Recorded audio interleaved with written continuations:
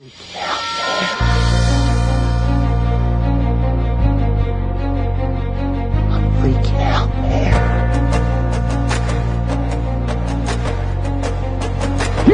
handle the truth. You can't handle the truth. What do all men power want? More power. My name is luca-zanna. I was an Italian by birth, and I became an American by choice.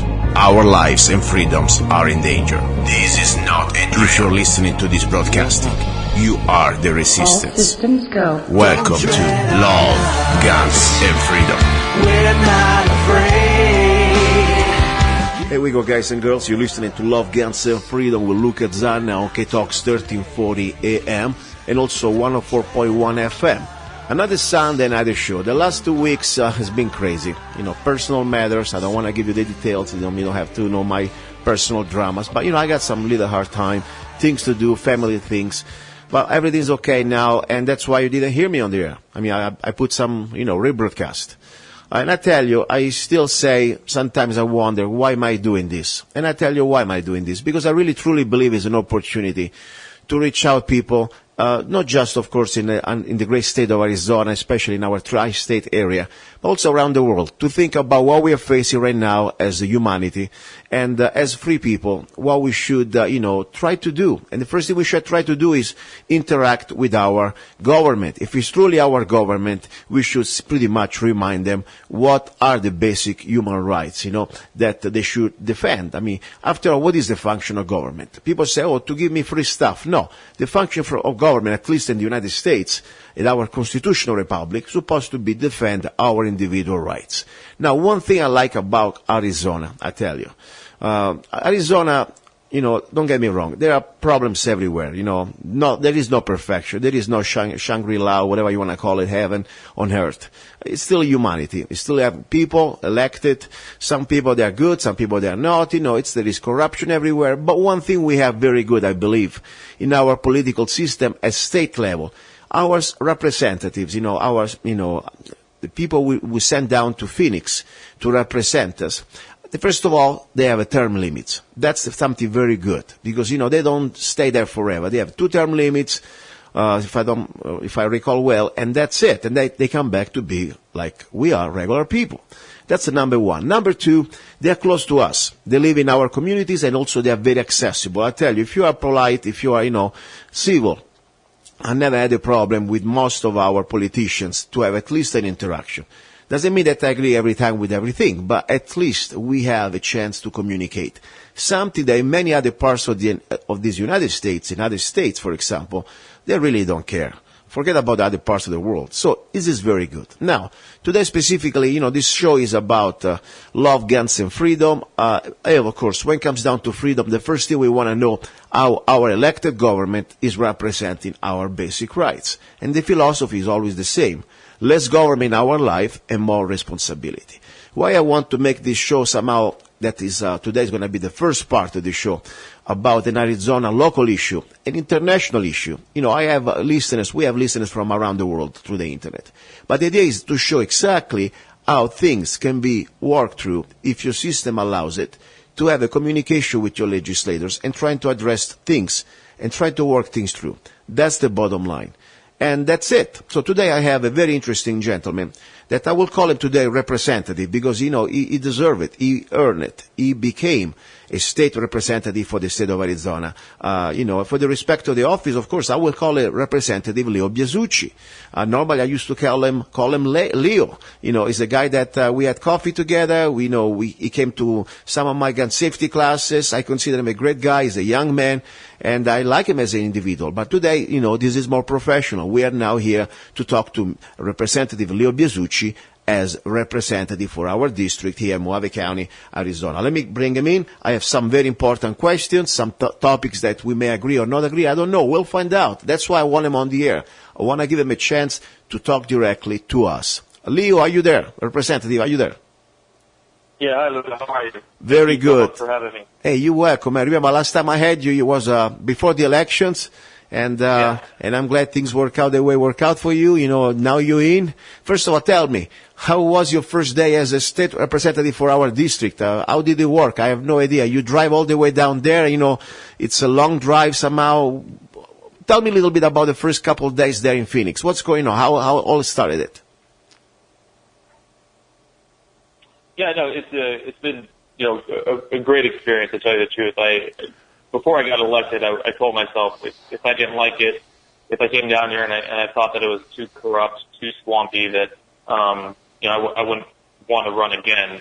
And I've come to realize that no matter what, you're going to have that, whether it's Washington or Arizona, you're going to have issues, and you're going to have people that are trying to influence you, and bias are trying to be one way or another. And but I've come to realize that I love it because I'm in a position to help our district.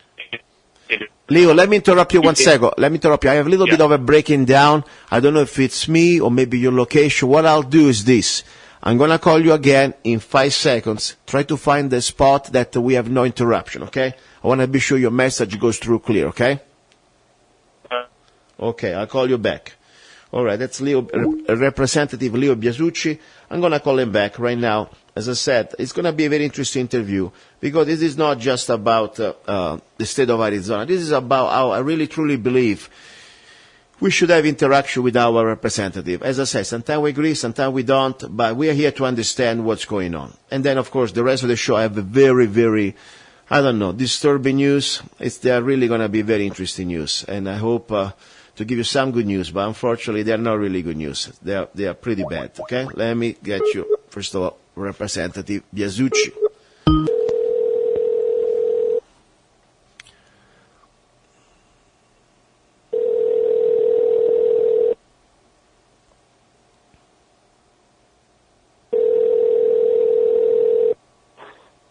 Oh, Luca? Okay, I hear you better now. Are you there? Yep. Perfectly. So we were talking about your first few days when you live in Havasu, you drive all the way down there. I don't even know how it works for logistic. I don't think you're coming back at night, okay? You got to sleep in Phoenix when you start your legislation, right? Yeah. So what I had to do is I had to get an apartment out here because we're in session Monday through Thursday every week. So.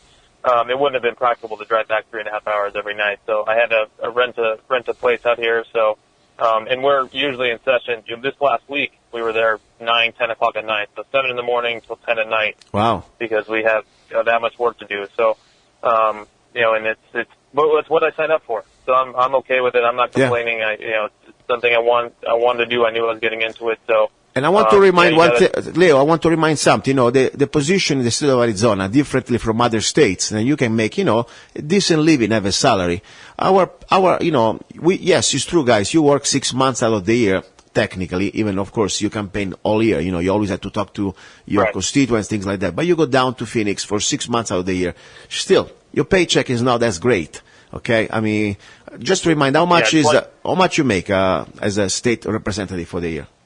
So we get $24,000 a year. At poverty law, pretty much, kind of below or some sort of a poverty paycheck, okay? It's not like you're getting rich out of that, okay? And then you gotta pay for your rent, right? I mean, it's not cheap. Yeah, so my rent is $1,300 a month. Wow. So and it's because they don't, it's peak season here in Phoenix, and they don't like doing short-term leases, so. It's definitely, you don't do this for the money. That's one thing it's different from Congress in Washington where they're getting $180,000, whatever it is, crazy amount a year. And retirement, the pension. And retirement and pension, everything. And we don't, you really have to want to do this job. You really want to have the passion to do this job because it's not for the money, that's for sure. Another thing I want to remind you are one of the few exceptions. I mean, there are some young people there too, but mostly at least from Mojave County, from our district, most of the people we had so far, besides few exceptions, they've been always retired people.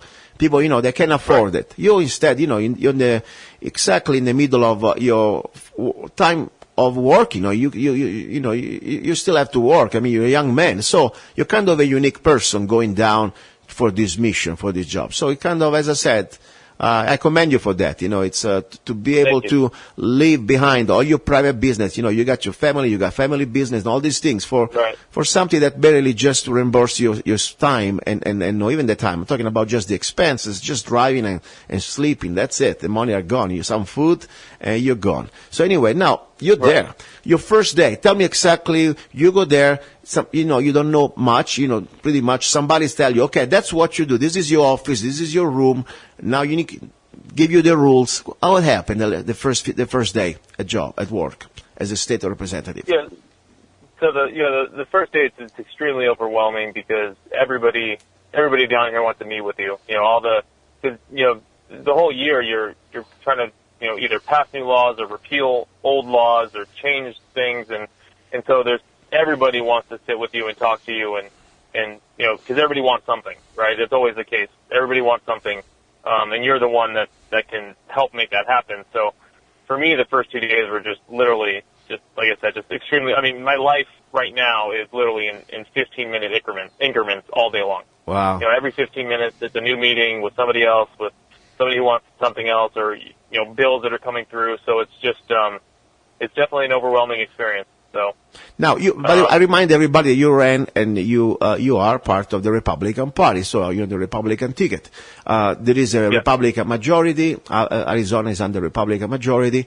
We have a Republican, governor. And whatever I say bad that can be not politically correct, I want to be sure if you listen to the show, that's nothing to represent the views of my listeners, or excuse me, of my guest. So if I say, for example, that I dislike Governor Ducey for many things he's doing lately, that's nothing to do that. I'm not speaking for you, okay? I want to just be sure it's clear, this one. But the point, I'm kind of disgusted with the Republican Party. Like, of course, maybe a little less than the Democrats, but still. But regardless, you're running for Republicans, so you have pretty much some leadership to follow, in theory. Even, of course, you have your own mind. And when you came down, did they say, by the way, welcome, very good for making it, but now can we work together? I mean, I'm sure, I'm not there, okay? I'm just guessing. The Republican leadership want to know who can count on us this sort of, I heard many times the word teamwork. Am I right? Did I have a conversation with you? Say, are you with us or you're by yourself? Did I ask you that? Yeah. I mean, they don't ask you that directly, but they try to gauge who's going to be a team player, who's going to have their own agenda, and that's something I've learned this first session, and we can talk about it when we go into the bills. Yeah. Is that you have to work with everybody down here if you want to get anything done. Because the truth is, you have 60 people in the House. You have 31 Republicans, 29 that are Democrats. So 31 Republicans, 29 Democrats. Wow. And in those 31 Republicans, you have maybe 5 to 10 that are conservative, and then you have the moderates, and then you have the one that are right. So you have to work with people to get anything accomplished. Of course, so, of course. If you don't, you will never get anything through that you want to get through. Like whatever my core beliefs are, whatever's going to help my district. If I don't work with other people, there's no reason to be here because they'll vote everything down. They won't help me. They won't work with me. That's just, I understand. That's just how it is. And probably it's a smart thing. You try to test the water, try to see if there is some, after all, the art of compromise is good on some level. If you want to do, sometimes you cannot win everything. There are also some points I want to say, some principle that we should never compromise. And I'm not speaking for you, but I know when we talked before the elections, you were pretty strong about it. The Second Amendment, the right of life to life, try to have less government in our life, lower taxation. I mean, this is supposed to be a basic, human right that we all get together. But unfortunately, we know even Republicans will lose them very badly. I don't even want to go now into Governor Ducey. I want to focus on you. Now, let's talk about two important bills, okay? Because as I said, sometime on Facebook, words can be misunderstood and can be people not even knowing enough, they can start to pass judgment. I'm not here to rush to judgments. I like the fact that you're here, you're very available, and I appreciate that, to give truly your story. Then, people may agree or not, at that point, you know what? too bad. This is the way you've been elected and you follow your mind. But still, at the same time, we have a chance to communicate with you, to have sometimes, Absolutely. like you were, 2 elections ago, you were running for Green Party, okay? You ran for Green Party. Right. And then maybe you realize that maybe you had some things that you improve, or maybe you just change. You don't even need to improve. It's something that you see in a different way. So we are here to try to help each other and understand what's going on. So, first bill. The bill about the Arizona Department of, Transportation or whatever, that is about increasing the sale tax, or at least when it comes down the taxes on our gasoline.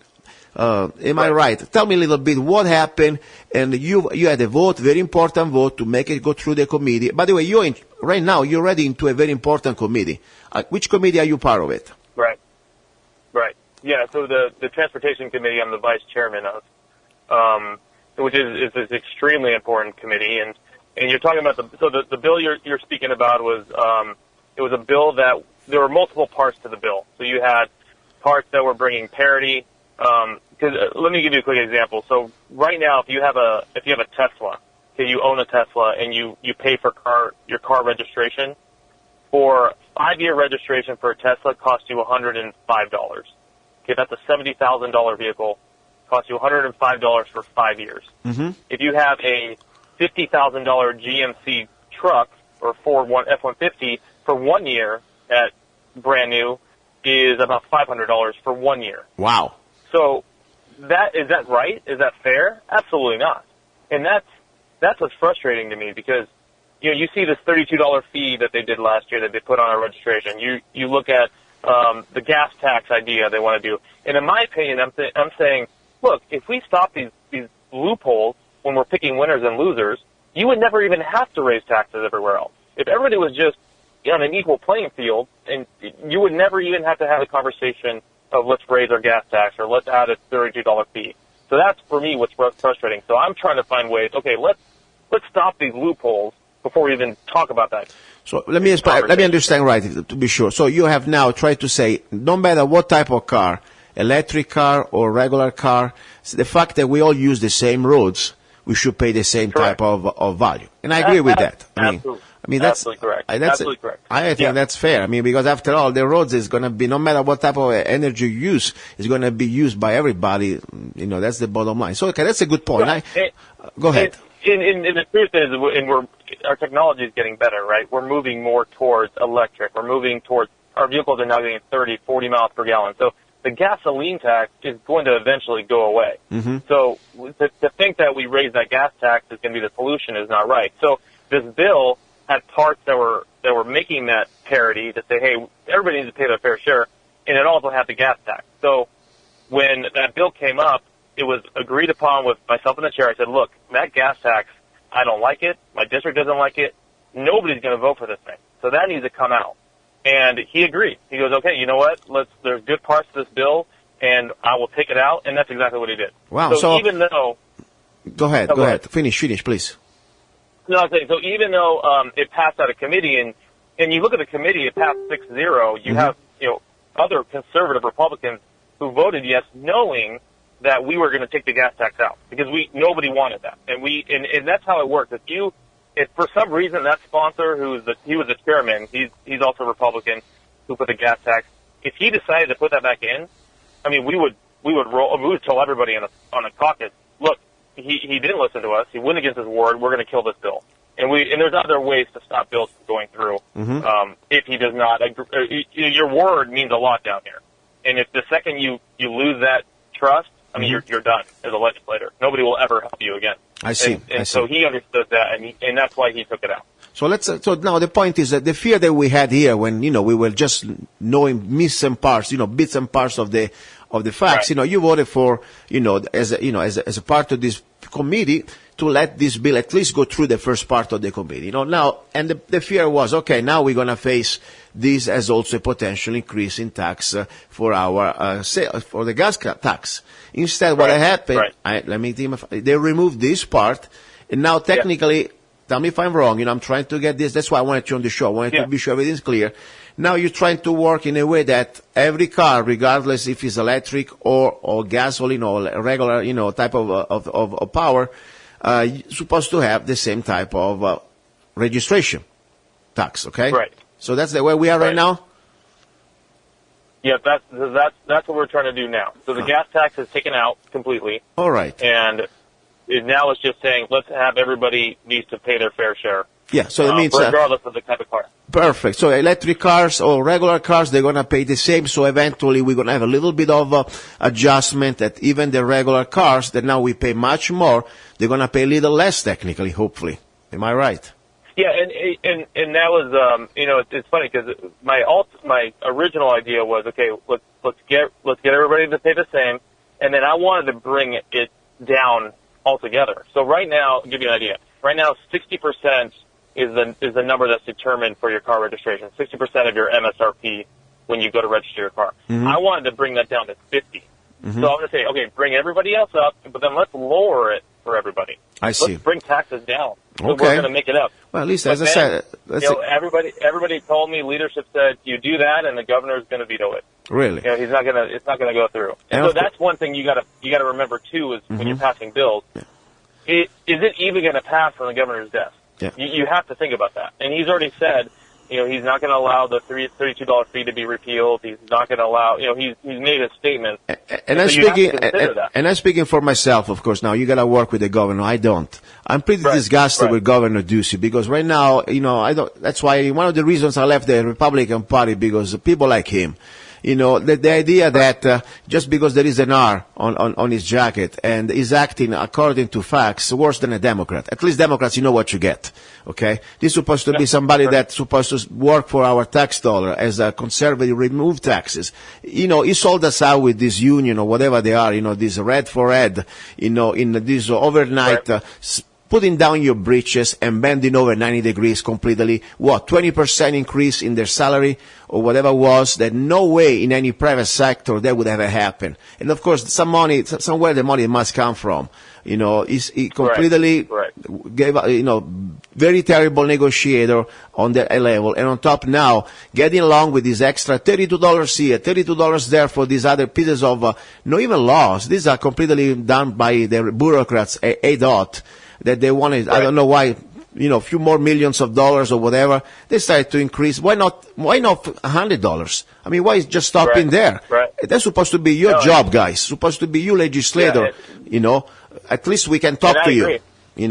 So. And I agree. And that's why we have two bills going through that were repealing that $32 fee. We have another one that's going to say, let's at least bring it down to 18. So how that works is we throw multiple bills that are going to try to repeal this, because we hope that one will go through. Yeah. You know what I mean? So he's going to try to say, I'm going to veto this, but because we're saying the same thing. I'm like, look, this isn't a fee. This is a tax on the people. Exactly. Whether I don't care how you paint this thing, it's a tax on the people. But and I don't know what the governor, what he's thinking or what his plans are, and I don't know why he does the things he does.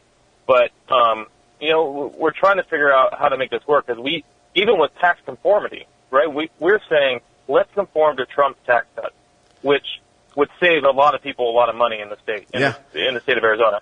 He vetoed the bill. I know. So in essence, that could be literally the biggest tax increase in the history of Arizona. I know. And he vetoed it. And so it's frustrating, but at the same time, I mean, I don't know why. I don't know because we don't know the answers on why he's doing what he's doing. But we're going to continue to try to fight and get that across, and we'll keep putting bills up, and we'll keep trying to figure out how to make it happen. So all right. One way or another, we're going to figure it out. Perfect. So, Representative Biasucci, the first answer was done. At least you explained to us the situation with this increased sale tax for the gas that we're all freaking out here. Right. And at least you gave us, as I said, shame on the person there. I forgot the name. I have it somewhere. Of the representative that even come out with this idea. This is almost sound like a California idea. And then, you need to put, all this Band-Aid and, try to get some vaccination against this cancer that is coming through the border. But at least you told us your story, and I appreciate it. That's great. Now, number two, let's go another aspect, something that is also very close to me. I must disclose that, okay? When it comes down to internet, I have several businesses, and internet, you should start to tax the interstate. I mean, let's say as a business, if you tax a sale crossing the state lines, as a business that I've been operating in Arizona for many years, I would be penalized like me, many other probably, I don't know, millions, but thousands of businesses. Because the idea now, the new commerce, the new model is no more, the regular shop, mom and pop from the, location. That's still going to be something working. Every regular business to survive must integrate the regular, brick and mortar business with also the internet retail. Let me understand if I'm clear. So far right now, every time we do a sale crossing the state lines, we don't have to charge our customers the sale tax. Of course, when the customer, buys in the state, it's just a regular sale tax. That's fine. Now, if I understand right, and correct me if I'm wrong, you were proposing maybe to repeal the situation and make that every transaction from every internet business in the state of Arizona, even if it sells crossing state lines, must pay the sale tax. Am I right or wrong? So the bill you're talking about is the Wayfair bill that was introduced by, I can't remember who was introduced. I think it's Toma, Representative Toma, I believe, is introducing it. So it is saying that if you have over $100,000 in sales a year, that you are subject to online. This is just online only. You are subject to a sales tax. Now, the issue that, and even this bill is held. We're not moving it forward because there are parts of it, like I said, there's always all these negotiations happening because issues come up, and so we got to figure out, okay, how do we make sure that we're not adding more taxes? Because with me is, I always think if you're going to add a new tax, generate a new revenue, you need to take it out somewhere else. In my opinion, I like to see things tax neutral. So there's something that's got to come down. Kind of like what I said with the VLT for the alternative. If I'm going to force everybody else to pay the same, I want to bring it down altogether so that there's a tax decrease somewhere. So this is the same thing happening here with the Wayfair. Now, the reason this is such a big topic is it's kind of like the same thing with the gasoline situation. So we know more and more businesses coming online. More and more sales are happening online. And when you have brick and mortar mom and pops who are, let's say, like I said, let's say Havasu Hardware and like Havasu sells tools. When you have a company online that's selling tools in mass quantities, they don't have to pay taxes. They're going to undermine the mom and pop. So how do we solve that issue? How do we stop the small stores that don't have online presence from going out of business because everybody else is? Can I stop you 1 second, Representative? Can I stop you 1 second? Yeah. The question you're putting out, it would be fine if government would have the role to be in the business of businesses. The government should be doing what? I mean, let's look at the truly conservative constitutional position, if we believe in that. What is for you the position of government? I was talking a little bit at the beginning. According to the way I look at the Constitution, even our Arizona Constitution, pretty much is to defend individual rights, okay? And it doesn't mean that we need to, and then the market decide what's going on. I mean, it's called evolution, it's called free market. The moment that you need to start to defend one part of the population, that could be for a right or could be for a business, advantage. In this case, we're talking about the business, the small and pop, business that they don't want to or cannot, let's say, adequate themselves to the new technology. If the government starts to have this sort of a saying, that would be exactly what socialism normally does, because after all, socialism, it wants to create a sort of a system that is the union between the government and the private industry, corporatism, even at different levels, of course, that's exactly the point, and don't get me wrong, I can tell you the story from my side too, I've been doing businesses before or even just the same time when Amazon started, okay? In the last 7 years, Amazon has been killing us. But I'm not asking to the government to say, hey, put Amazon out of business because I need to be in business. All I ask to the government, I would say, please, don't give Amazon any type of advantage, like, tax breaks, extra tax breaks, or at that point would be even worse, the shipping that, they're paying pretty much nothing for shipping. Treat them like everybody else so we can all compete. Right. But now, if you let's put it in this way, you try to help in good faith, the small little business that they are maybe in your district. And I know there is a big lobby in Phoenix. They all want the same. Same things happened when there was Senator Ron Gould in office. They were trying to push this bill every year. And I tell you what can happen on the big picture. As much as your good intention, you will try to maybe help some businesses. There are going to be thousands of businesses. They're going to say, screw that. We move into Nevada. Because now Right. you penalizing big time the new reality. The new reality is that the small retailer, unfortunately, it will eventually die off. If you want to just work Absolutely with a right. die off, the regular retail, it's not going to happen. It's called Amazon. It's called eBay. It's called all Right. these small Right. business. They got some kind of an hybrid form. They're going to integrate internet is a must with their retail. So what happens now? Let's say my particular situation. How can I stay competitive? Like me, many other businesses, when people can, instead of buying from me, I need to charge them the sale tax. They can buy from another company selling the same stuff in Nevada. That's the bottom line. Right. So you think you're going to get more revenues? No, they're going to get less revenues because I already know friends of mine that they're going to say, we're going to move to Laughlin and we're going to open business there. So think about the ramification. And that's an absolutely fantastic point. And I agree with you 100%. And you're right. You know, when this bill was presented, when the sponsor came up and talked about it, and that was the idea that was pushed. Like, look, we got to help the small business from going out of business because, like you said, you have Amazon who pays zero taxes. Right, they make $11 billion in profit. No, I agree with you, but $100,000 is not much. Okay, $100,000 online you can do as an average person. It's not like I'm not talking about billions. And even there, you know, I would say we should be for the same. You know, we shouldn't say, okay, we decide when it's time to penalize you. You should be following the same rules, the same laws. But remember, $100,000 for the average online business is pretty much a decent. It's okay, mom and pop business. Okay, it's not much. So, so we're not talking about, okay, you got $1 billion revenue. No, that probably you can count on the hands on the finger of your hands. But when you come talking about $100,000, we're going to be thousands of online business. That's all we do. Okay, so and we're already facing tough time, as I said, with Amazon killing the crap out of us because you know they got the free shipping, they got prices that pretty much go now buying directly from the manufacturing. And now you're also going to put the last little bit straw on the back of the camel when you say, okay, little business that you make $100,000. From now on, you're going to pay also sale tax. So all the few little left customers that you had across the states, they're going to buy directly from Amazon. And screw that. That's what's going to happen. I tell you, as a professional, because I've been doing that for 20 years. It's one of my many businesses I run. So I have a little bit of, and that's what's, is my personal first eye experience. As I said, you are elected, you do what you think is right, but that's why I like this conversation with you because you are, after all, for what I know you, even we agree or not, one thing good about you, you're always open to try to understand what's going on, and you have a good heart. At the end, I think you're trying to do the best thing. May not be the perfect thing, but you try your best. Right. And I appreciate it, Luca. And that's exactly what happened in this bill, right? So, the idea that came, it painted a picture. Oh, yeah, that makes sense. And then when the more details came out, many of us on that bill were like, wait a minute. There are like the concerns that you brought up. We said, these are good points. And that's why we all said, hey, we need to hold this bill because this is not even close to being where it needs to be. It's not, there's a lot of problems with it.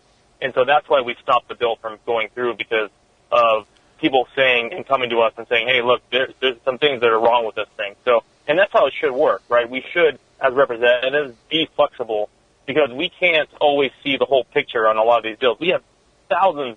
We had 1,700 bills introduced this year. Wow. So you have all these bills coming through us, and it's tough to understand every little. And if you look at a bill, it looks like you can't even understand the dang thing.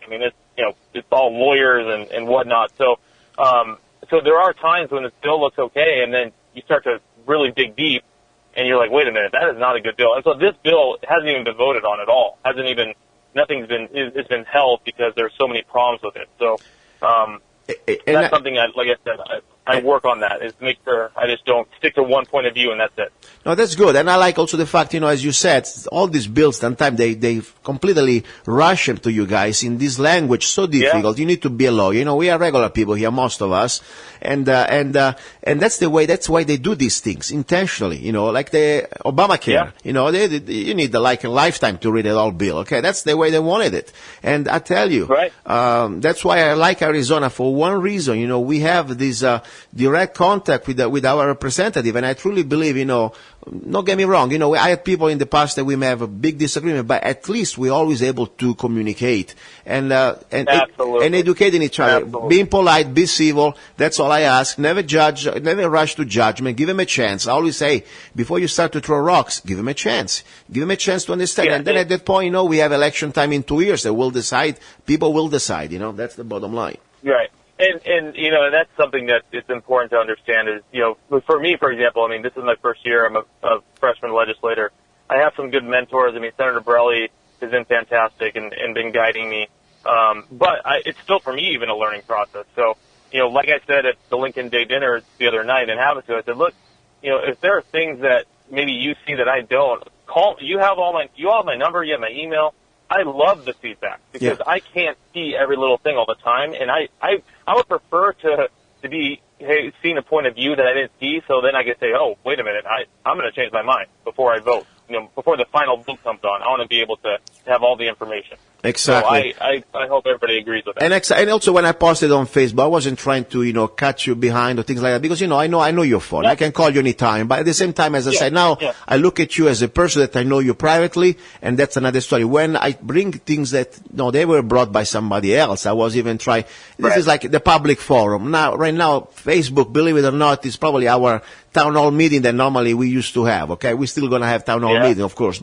And that's why I say people, give them a chance. Ask questions, Maybe something's not clear. Give them a chance to at least, more important, give them your input. Tell them why you don't like that, Absolutely right. And then that's all I ask for is, just come to me, bring your point of view, because I'm never going to say, oh, that's ridiculous or you're crazy. I'm going to say, oh, that's a really good, and a lot of times I'll change my point of view because I didn't see something. So, I think that's important to have in a legislator that's flexible. Listen, so, I really appreciate you. I want to give you now the floor.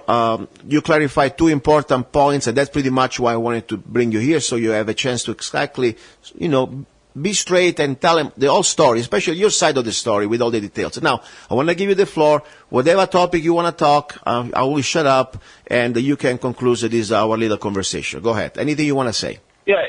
And look, the main thing I wanted to relay to everybody is, just to understand how serious it is in the state of Arizona. So, like I said before, there's only 31 Republicans to 29 Democrats in the House. So, 2 seats. Wow. Flip the state into a blue state. And let me tell you how scary it is. I had a bill come across my desk that was about to legalize late-term abortion in the state of Arizona. Wow. Right? A child is born alive during an abortion process. They're born alive, and they have the authority to kill the baby. That bill was dropped by Democrats on my desk. Completely shameful, unbelievable to think that something that disturbing, that murder, is being introduced in the Arizona floor. And 2 seats would make that a reality. That would pass if 2 seats flipped. And more than that, gun control. They want full gun. There's bills coming across my desk saying, if you're arrested, even if you haven't been convicted, we're going to take your gun. That is insane to even think that these bills are being introduced. But the Democrats are doing it. They know what they're doing. And if we do not defend this country, if we do not defend the state and keep it conservative and constitutional, and we don't fight for that, we're going to be in trouble. Well, and I agree. That's the one message I want to give to everybody is, come election time, we have to understand the severity of what we're dealing with. And we're too close to make any mistakes, and we're too close to allow these Democrats to take over, because I'm not saying I hate the Democrats or they're bad people. They have their ideology. But I believe in the Constitution. I believe in protecting our rights, protecting our freedoms, and I'm going to continue to do that. And if we don't fight for that, we're done. We're done as a state, and I think we're done as a country. Wow, I didn't realize what you said. Just 2 seats away freaks the hell out of me, I must tell you. I knew we were close, but not so close. And it's wow. Scary. And it's I tell you, scary. what's happening right now with this late-term murder, as you said, this is not abortion. Abortion is more than any time for me. I don't care if 2 weeks or 3 weeks. It's still a little baby that he can defend himself, okay? But, now really it's black and white. Now really, this is insane that now just because the government can put a little rubber stamp, this is legal, now we can legalize infanticide. That's what it is. And these people, you say you don't hate them. I do. Let me speak for myself, okay? Because these people, unfortunately, you come out there. You tell me that now we can mass murder millions or thousands or whatever, or innocent people that cannot defend themselves just because there is an industry behind. This is not just because they want to defend the rights of the mom or whatever. This is my body. This is pure crap. Okay, first of all, I don't care the mother or not. That's still another body that inside that mom and has the right to life too. But now we know very well the story. There is a big industry, big pharma, body parts. It's like gold. Okay, there is a lot of stuff that be more than what they tell us. But more important now, they're making it normal to think that they can start to exterminate people when they're born. Maybe next time it's going to be for the elderly. After all, over 70, you don't need medications. You don't need the operation. Just die and shut up. And then, of course, the guns issue. You're something very right. And unfortunately, Governor Ducey, again, that I despise, it's me talking, of course, it's not your fault. But the fact that he's behind, pushing, these laws that he wants to take guns out of people without due process, just because somebody say, I don't like Leo Biasucci, I think he's a nuts. Maybe your ex-girlfriend said, you know what, he's very violent. One time, he did a lie, just a lie.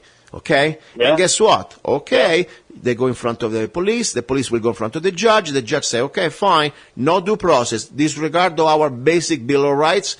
You don't even need to face your accuser. They come at your door with a SWAT team. If you even breathe, bang, they shoot you in the face. That's it, and they take your guns. Then you gotta get a lawyer and try to get your rights back. That's not America. This is freaking Russia under Stalin, for God's sake. That's right. So I agree with you, and it's something that disturbs me that these ideas are coming up and they're 2 seats away from becoming reality. That's what makes me more nervous than anything. So, that's why I appreciate what you do.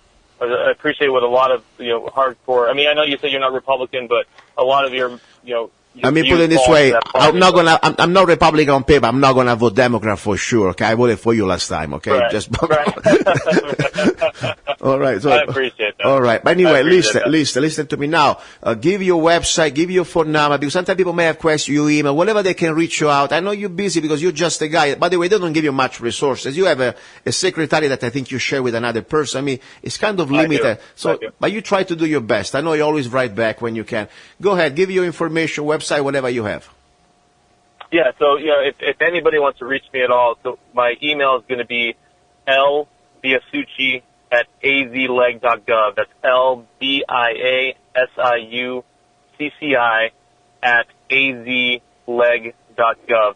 I always answer my email. So anytime you need to email me, I'm up at 4 in the morning. I'm always replying till, midnight, because I believe in replying to everybody. So that's a way to get a hold of me. If you need to call me, 928-600-4483. That's my cell phone. If you ever need to leave a message, reach me there.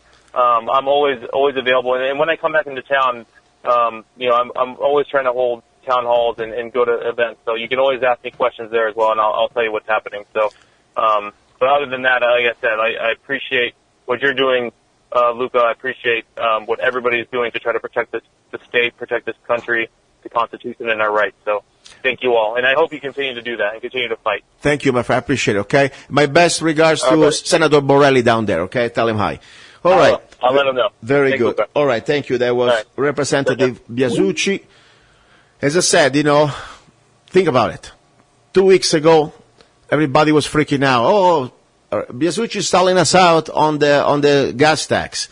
Oh, Biasucci is selling us out on the internet tax. I said, wait a second. Let's see. Let's give him a chance to talk. Let's give him a chance to maybe hear also our feedback. Maybe he doesn't know everything. I don't think anybody knows everything. He's a young man after all, and we need to understand what's going on. And as I said, they shove there as you go there. They will try to shove you every type of bill. Don't get me wrong. I might still have things I might disagree with him, and maybe we don't never going to agree. But at least look, that's the way it should work. Having a chance to communicate, having a chance to bring facts, having a chance to be civil. That's the bottom line. And then we have things that for sure we cannot compromise. The right of life to life and the right of individual rights, like freedom of speech, and in this state, the God-given right, if you believe in God, of keep and bear arms. This is not for sport. This is not for hunting. This is not for recreational. This is about defending our life, defending our freedom. Simple as that. That's the bottom line. We have the best state when it comes down to gun rights. But as he said, we are only 2 seats away in the House to lose that. And what is happening right now, it's a global effort and then implemented at different states level. Every state, they're trying to push this garbage. Some states, of course, they had it completely true, like Oregon, like California, New York. I mean, they already voted for all these infanticides. There's like somebody behind that's pushing this late abortion. At the same time, they're still pushing at the same time to remove the guns ownership from civilians, from the citizen. Why? Why? Think about it. They want to kill your children. Then they want to kill you. And when you have no guns, they have it all. They will get it all. Little break. Listening to Love, Guns, and Freedom with luca-zanna. Do not go away. He's a songwriter, a poet, a rifleman. I'm not afraid. And a constitutional activist. I'm not afraid. Italian by birth. I'm not afraid. American by choice.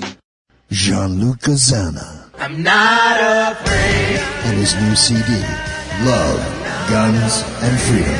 16 powerful songs on one CD from the heart of a patriot.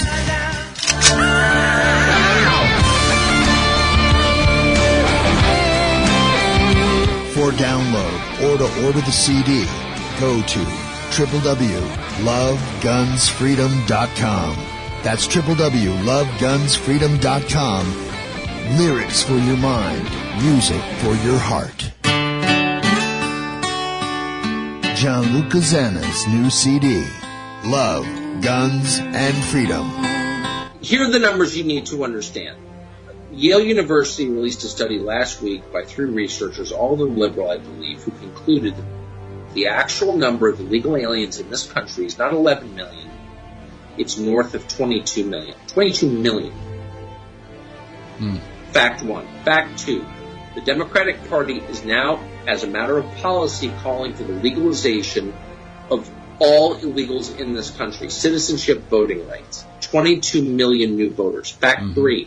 The overwhelming majority of first-time immigrant voters vote Democrat. Fact 4.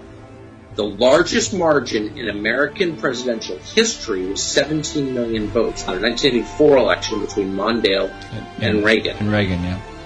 17 million.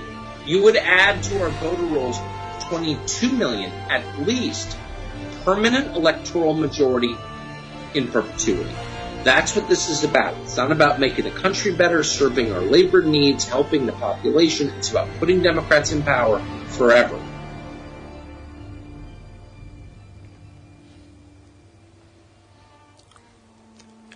Here we go. You heard the numbers. This is exactly why we are really so close to the end of this republic. In the state of Arizona, we are 2 votes away to lose it.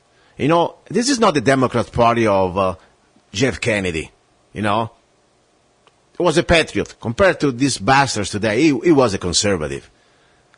These Democrats today, they are completely now a new branch, a new level. This is a complete, they call themselves socialist Democrats. The point is, this is the first stage of soft communism. Now, think about what's happening right now. This is a part of a big picture. This is not just about, people that want to just get more of your taxes. No, this is about now the global government must be implemented and must start from local level with local people. They call themselves progressives. All they want now is to follow the agenda. We were talking years ago. I was talking about that 15 years ago. About Agenda 21. People used to laugh at me. You must be a conspiracy theory. Yeah, the governments of the world now unite in one government under the United Nations, and the United Nations will dictate different type of directions where they want to control humanity using local governments. They will use your county government, your city government. They will use, of course, the states and the federal government of the world. So that's where we are right now. And what exactly was come down to? First of all, population reduction. Why you think this part of mass murdering of children, unborn children, or even better now, worse I would say, born children, this infanticide is popping out everywhere. New York, Rhode Island, Oregon now they pass free abortion for everybody. 47 million people were aborted just last year. All over the world. If that's not a genocide, if that's not part of mass depopulation, what is that? But also it's more than just that. It's also about how to completely desensitize us as a human beings of what it means to kill an innocent person. If we can kill now an innocent unborn or just born, they're just breathing, without any problem, just because government make it legal. As I said before, very soon, it's already happening, many countries, if you're over 60, you don't get any health care. Or you get just, an aspirin and maybe Band-Aids. You die, they let you die. But now even more, they will push for euthanasia for seniors. They will force you, brainwash you, hey, you gotta die, you're breathing too much. You think I'm crazy? Look what happened with the latest new Green Deal at federal level. That is not just that, that donkey face, of Alexandra Cortez. She's won. I would say, okay, that's sad enough. Enough people in New York are so dumb to vote for such crazy woman. Wanna be, tyrant. That's what she is about. No, this is about now thinking that she has 60 co-sponsors behind. And the agenda is scary. The agenda is nihilistic, destruction of life. Thinking about, they blame it on the cows because they fart. We're going to exterminate all the cows because that's part of global warming. Are you kidding me? I thought it was, would be terrible enough if it was a joke. Like the cows really can change the freaking weather. Give me a break. I don't even want to go into the scientific aspect. This is also, think about, by the way, doing that, they will control what you eat as humanity. No more meat, no more cheese, no more milk. And I know if you want to be vegetarian, that's fine, that's your business. But don't tell us, government, we, the slaves, supposed to eat only your soil and green. Because that's what they try to feed us after. Why do you think all the GMO food is propping up right now? They're going to feed us with a new generation of food that will make you sterile and sick. Remember, Eco-Science, read that book. The Czar of Science, J.P. Holdren, under the Obama science, under the Obama regime. By the way, it's not just him. We had many like him, the last few presidents. The point is, there is a plan, a global plan to destroy humanity, to reduce the population. And how they do it? They start from the birth, and then they will start when you're alive. What food you eat, what water you drink, and of course the vaccines. We're talking about vaccines, now every state, there are more than 30 states. I will talk more about next show. There's so much more to talk. It's all going to be under the new progressive socialism agenda. They control everything, every aspect of your life, and of course also the healthcare. They will give you free healthcare, but also you got to submit yourself to their whatever vaccines they want to inject you or your sons and daughters. Seriously. They're trying now to pass at 30 different states at the same time, and so our Republican Governor Ducey in Arizona is behind that, is a pro-vaccination. Listen, you can vaccine all you want. I'm not telling you what to do. But first of all, what we were trying to do here, at least one our state legislator, give us some warnings, give us some level, give them some understanding what are the side effects. The doctor must give us this information, and then the parents can decide. No, now they try to force it everywhere. There are more than 30 states. They will try to do a mandatory, like already is in California, like of course is already in Italy. Your child, since the moment is born till he's 18, must. Even with all the side effects that we know, even with all the evidence that we know of autism and, brain completely frying your brain with mercury and thimerosal and all other things that may be disgusting. I played many times. They use aborted fetuses cells for this vaccine. There are so many things that they are disgusting. So that's the point. The agenda is global control. And they will not just come down, dressed as aliens, doing it at federal level. This will start from your city, county, and state. That's why I said we're under attack. And of course, the gun rights, that's why they want our guns so bad. Think about it. Now in California, they're already prepared to tax the water you drink. They're ready, in Oregon, they're taxing for the rain coming down on your land. Oh, I forgot. In Oregon, there are new gun laws that they are kind of almost ridiculous even to think they're real. They limit how many now, 5 rounds for magazine? I'm going to talk more about details next Sunday. But this is insane. Think about it. It's only about the final control. It's going to be nothing. The gun laws that now we have already passing through the Congress, just this week, they will forbid all every type of private sales. Every sale, even when the moment you have a gun, hey, can I borrow your gun for a moment? We are going to the range. Technically, you could be in violation of the law because I didn't have a transfer with a federal dealer. I mean, think this is just another step to complete controlling, civilian ownership of guns. Now, I'm telling you, this is, I wanted to talk many more news, but the focus now is to understand that we gotta be active. The focus that is, you can't just say, okay, I elected somebody, let them do what he's doing or what she's doing. You gotta do it because the tyranny will start in your city, will start in your county, will start in your state, and then of course federal level we know. But sometimes there is not much we can do down in Washington, but we can still do a lot at our state level. And we can try at least. Don't get me wrong. Sometimes the odds are against us. I understand. But we cannot fail to try. Our next generation is depending on us. We owe it to them. And also to ourselves, because we're going to live in this crap, okay? Don't think that you're going to just die and say, okay, I'm gone. No, we're going to live through this hell. All right, now for this Sunday, God's willing, I'll talk to you next Sunday. Please go to www.zanna.us, support the show, purchase any of my songs, books, whatever I do for a living. This is the way we keep this show free, and we can have all freedom of speech, no censorship. Thanks again for listening. Ciao. Wake up, America, before it's too late.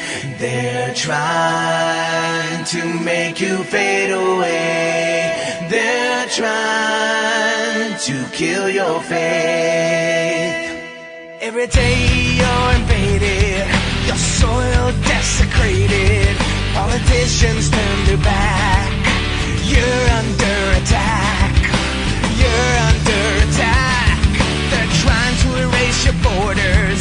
The UN wants to give you orders. They're trying to sell your pride. It's time to wake up. Now it's time to fight. Wake up, America, before it's too late. They're trying to make you fade away. They're trying to kill your faith. The truth has died. The media bias lies. They want to divide the enemy inside. The enemy inside. Brainwashed from too much TV.